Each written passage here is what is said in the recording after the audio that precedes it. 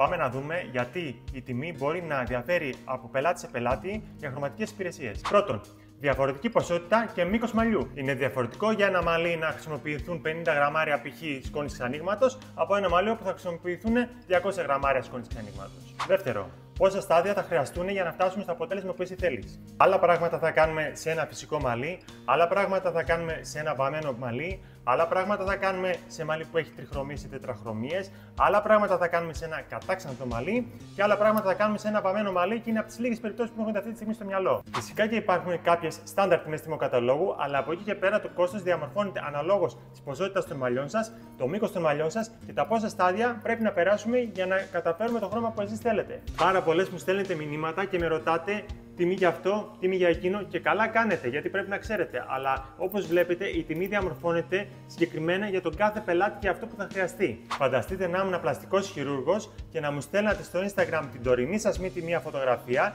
τη μελλοντική σας μύτη μία φωτογραφία και να με ρωτάγατε από κάτω τιμούλα.